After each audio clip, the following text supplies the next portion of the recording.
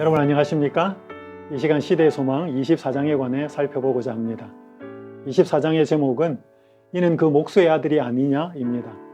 살펴볼 성경 본문은 누가복음 4장 16절에서 30절의 말씀입니다. 아는 것에 관해 우리에게 익숙한 두 가지 격언이 있습니다. 하나는 아는 것이 힘이다라는 말입니다. 영국의 철학자 프랜시스 베이컨의 주장에 기초한 말이라고 합니다. 사람이 어떤 대상에 관해 정확히 알고 있으면 바르게 판단하고 행동할 수 있습니다. 아는 것에 관한 또 하나의 격언은 모르는 게 약이다라는 말입니다. 잘못 알거나 어설프게 아는 것이 오히려 해가 될 수 있습니다. 예수님 당시 나사렛 사람들이 그러하였습니다. 예수님은 사람의 모습으로 이 땅에 오셨고 나사렛에서 사셨습니다. 그곳 사람들은 예수님을 어릴 때부터 잘 알았습니다. 그분이 목수의 아들인 것도 알았습니다. 하지만 그분은 하나님이셨고 약속된 그리스도셨습니다. 그러나 나사렛 사람들이 예수님을 인간적으로 안 것이 오히려 그분을 그리스도로 받아들이는데 걸림돌이 되었습니다. 한 안식일에 예수님은 자신이 성장하고 생활하셨던 고향 나사렛의 회당에 가셨습니다. 그분은 예배 순서에 참석해달라는 부탁을 받으셨고 선지자 이사야의 글을 읽으셨습니다. 누가복음 4장 18절과 19절은 이렇게 기록합니다. 주의 성령이 내게 임하셨으니 이는 가난한 자에게 복음을 전하게 하시려고 내게 기름을 부으시고 나를 보내사 포로된 자에게 자유를 눈먼 자에게 다시 보게 함을 전파하며 눌린 자를 자유롭게 하고 주의 은혜의 해를 전파하게 하려 하심이라 하였더라. 예수님이 그 말씀을 읽었을 때 듣고 있던 청중은 열광적인 아멘으로 화답하였습니다. 그분이 메시아를 구원자요, 해방자요, 치료자로 소개하셨기 때문입니다. 그런데 예수님은 곧바로 이어서 이 글이 오늘 너희 귀에 응하였다고 말씀하셨습니다. 그것은 그들이 속박을 당하고 있다는 뜻이었습니다. 그것은 그들이 사로잡혀 있고 병들어 있었다는 뜻이었습니다. 그것은 그들에게 구원과 해방과 치료가 필요하다는 뜻이었습니다. 나사렛 사람들은 충격을 받았습니다. 화가 치밀어 올랐습니다. 그들은 자신들이 아브라함의 자손이며 메시아가 오시면 영광스럽게 될 하나님의 선민이라고 하는 큰 자부심이 있었습니다. 그런데 그들은 그 자부심에 큰 상처를 입게 되었습니다. 대학원에서 신학을 공부할 때 신학과 학생들이 농담 반, 진담 반으로 하던 말이 있었습니다. 그것은 신학생이 자신의 출신 교회에서는 그렇게 환영을 잘 받지 못한다는 말이었습니다. 신학생은 주중에 학교에서 수업을 하고 안식일에 학생 전도사로 교회에서 봉사를 합니다. 신학생이 청소년의 사역을 위해 교회로 파송이 되면 성도들은 그들의 나이가 어림에도 불구하고 깍듯하게 대접을 하지요. 반면에 신학생이 출신 교회를 방문할 때가 있으면 학생 전도사가 받는 것보다는 못한 대접을 받을 수가 있습니다. 왜냐하면 그곳에는 그들이 유년과 학생 시절을 어떻게 생활했는지 잘 알고 있는 성도들이 많기 때문입니다. 똑같은 상황은 아니지만 그날 회당에서 나사렛 사람들은 유소년과 청장년 시절의 예수님을 떠올리면서 그분을 대했다는 것입니다. 예수님이 그들의 영적인 형편을 드러내시는 말씀을 하셨을 때 그들은 즉시 생각했습니다. 이 사람이 누구인가? 이 사람은 아버지 요셉과 함께 나사렛 목공소에서 일하던 목수의 아들이 아닌가? 그런데 이 사람이 어떻게 이런 말을 한단 말인가? 나사렛 사람들은 예수님이 성장하는 것을 지켜보았습니다. 비록 예수님의 생애가 독특하였고 흠잡을 데 없었지만 그들은 그분을 그리스도로 믿으려 하지는 않았습니다. 뿐만 아니라 나사렛 사람들은 예수님에게 그분이 가버나움에서 행하신 것처럼 기적을 행하라는 요구를 하였습니다. 그런 그들에게 예수님은 구약의 두 인물을 언급하시면서 그들의 불신을 드러내셨습니다. 한 사람은 시돈 땅에 살았던 사렙다의 과부였습니다. 엘리야 시대에 3년 반의 가뭄으로 인해 흉년이 들었습니다. 하나님은 그때 엘리야를 그녀에게 보내어서 피난처를 갖게 하셨습니다. 이스라엘에도 당시 많은 과부가 있었을 텐데 하나님은 왜 그를 이방인 과부의 집으로 보내셨을까요? 시대소망 238페이지에는 이렇게 말씀하고 있습니다. 이 여인은 자신이 받은 빛을 쫓았으며 하나님께서 당신의 선지자를 통하여 보내신 더욱 큰 빛에 마음문을 열고 있었기 때문에 은총을 입었다. 사렙다 과부는 이방인이었지만 하나님을 향한 열린 마음을 소유하고 있었습니다. 예수께서 소개하신 또 한 사람은 아람 왕의 군대 장관이었던 나만이었습니다. 엘리사 시대에 이스라엘에 많은 나환자들이 있었지만 나만만 고침을 받았습니다. 그 이유가 무엇이었을까요? 시대소망 239페이지에는 이렇게 기록합니다.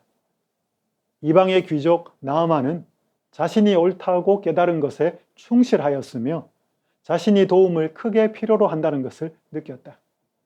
그는 하나님의 은혜의 선물을 받을 만한 상태에 놓여 있었다. 이방인 장군이었던 나아만은 자신의 병 때문에 하나님의 도움이 절실히 필요하다는 것을 그는 느끼고 있었습니다. 사렙다의 과부도 나아만도 이방인이었지만 그들은 열린 마음으로 하나님을 찾는 자들이었습니다. 그들은 나사렛 사람들과 같지 않았습니다. 그것이 바로 당시 이스라엘 사람들이 누릴 수 없었던 하나님의 귀한 축복을 그들이 경험했던 이유입니다. 시대소망 239페이지에는 이렇게 말씀하고 있습니다. 하나님 앞에서 우리의 입장은 우리가 받은 빛의 분량에 달린 것이 아니라 받은 것을 활용하는 여하에 달려 있다. 사랑하는 성도 여러분, 우리에게 받은 빛보다 더 중요한 것은 받은 빛을 우리가 올바로 사용하고 있는가 하는 것입니다. 제가 이런 글을 읽은 적이 있습니다. 하루만 술을 마시지 않아도 목구멍에 가시가 돋는다고 생각하는 술꾼이 있었다. 어느 날 그가 존경하는 은사로부터 책 한 권을 선물로 받았다. 그는 밤을 새워 그 책을 모두 읽었다.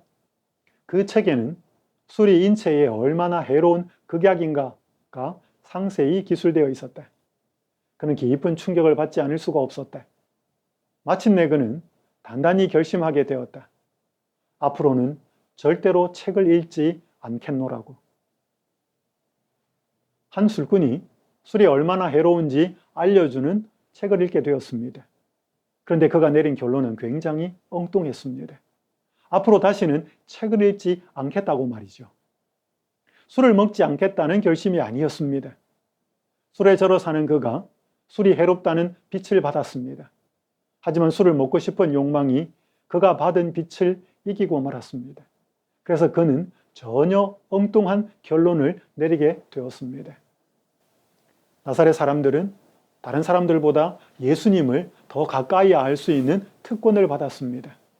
그러나 그 인간적인 지식이 오히려 그들에게는 걸림돌이 되고 말았습니다. 그들은 자신들의 죄를 지적하는 예수님을 벼랑 끝으로 몰고 가서 죽이려고까지 하였습니다. 하나님의 천사가 개입하여 그들의 계획을 좌절시켜야 할 정도로 그들은 예수님을 증오하고 미워하였습니다. 재림신자인 우리는 빛에 대하여 어떤 상황일까요? 우리는 많은 빛을 받은 사람들입니다. 건강기별, 성소의 기별, 마지막 종말의 때에 관한 기별 등등. 우리는 적게 빛을 받은 개신교인들보다 더 낫다고 생각할 수 있습니다. 그런데 우리가 그들보다 빛을 더 많이 받았기 때문에 더 사랑이 많이 있습니까? 더 열린 마음을 가지고 있습니까? 그들보다 더 하나님의 빛 안에서 신실하게 생활하고 있습니까? 여기에 대한 대답이 만약 그렇지 않다고 한다면 우리가 받은 빛은 언젠가 우리에게 걸림돌이 될 수 있다는 사실을 기억해야 합니다. 우리가 받은 빛보다 그 빛을 어떻게 사용하고 있는가가 더 중요하다는 사실을 분명히 우리의 삶 속에서 기억해야 할 것입니다. 누구보다 빛을 많이 받아서 예수님을 가까이 알고 믿을 수 있었던 나사렛 사람들에게 그분은 정작 많은 것을 하실 수가 없었습니다. 그분은 1년이 지난 뒤에 고향을 다시 찾으셨습니다. 그 내용이 마가복음 6장 1절에서 6절에 잘 기록되어 있습니다. 하지만 그때의 상황도 첫 번째 방문했던 상황과 거의 다르지 않았습니다. 예수님은 그곳 나사렛에서 소수의 사람에게만 자신을 드러내고 나타내실 수 있었습니다. 마음에 한번 품은 불신은 나사렛 사람들을 계속 지배하였습니다. 나사렛 사람들의 모습은 당시 사내들인과 유대국가 전체의 모습을 잘 보여줍니다. 그들은 처음에 예수님을 거절했습니다. 그들은 자신들의 거절이 정당하다는 것을 입증하기 위하여 계속 예수님의 말씀에 트집을 잡았습니다. 결국 그들은 예수님을 십자가에 못 박아 죽였습니다. 그들은 예루살렘 성과 성전이 비참하게 멸망당하는 것을 지켜볼 수밖에 없었습니다. 그리고 마침내 그들은 온 세상에 흩어진 민족이 되고 말았습니다. 이스라엘 백성이 끝까지 거절한 것은 예수님이 주시는 고등 기별, 즉 회개의 기별이었습니다. 시대소망 242페이지에는 이렇게 말씀합니다.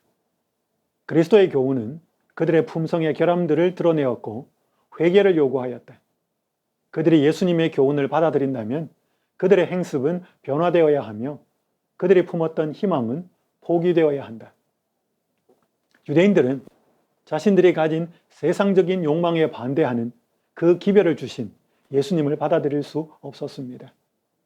시대소망 242페이지는 이어서 이렇게 말씀하고 있습니다. 진리는 그리스도의 시대에 인기가 없었다. 진리는 현 시대에도 인기가 없다. 성도 여러분, 여러분은 진리를 좋아하십니까?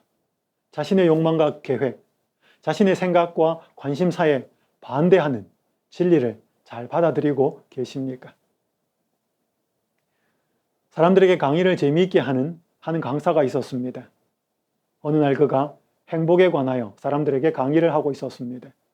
그의 강의에 많은 감동을 받았던 한 주부가 그날 초등학생 아들과 함께 그 강의에 참석하고 있었습니다. 그런데 그 아들이 무엇을 보았는지 엄마에게 이렇게 말하였습니다. 엄마, 강의하는 저분이 행복해 보이지 않아.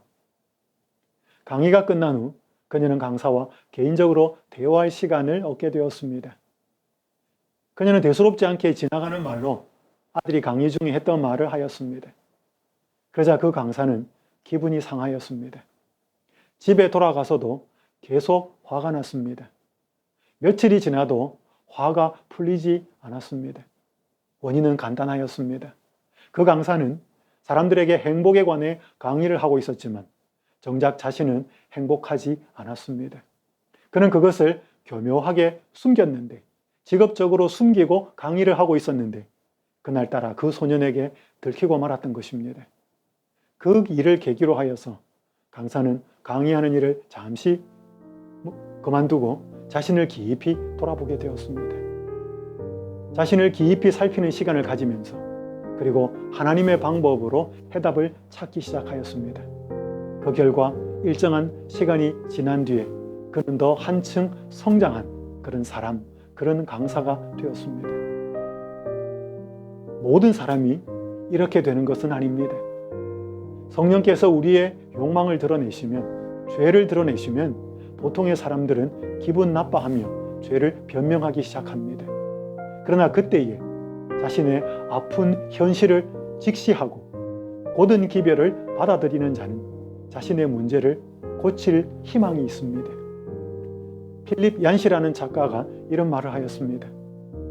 위대한 의사 앞에서 우리가 취할 수 있는 가장 적합한 행동은 상처를 보여드리는 것이다. 사랑하는 성도 여러분, 예수 그리스도는 영혼의 위대한 의사이십니다. 그 예수님 앞에 우리의 죄됨과 연약함과 상처들을 다 보여드리도록 하십시다. 그리고 예수님이 치유하실 수 있도록 믿음으로 그분이 하시는 처방에 우리 자신을 맡겨드립시다. 우리가 나사렛 사람들처럼 예수님을 피상적으로 알지 않도록 그분을 날마다 계속 쳐다보고 살아서 우리에게 주시는 가장 적합한 기별인 우리를 살리게 하는 고든 기별을 받아들이며 사십시다. 그때 우리는 이 세상이 줄 수 없는 구원과 축복을 경험하게 될 것입니다. 이런 축복이 여러분 모두에게 함께 임하기를 간절히 바라면서 말씀을 마치도록 하겠습니다.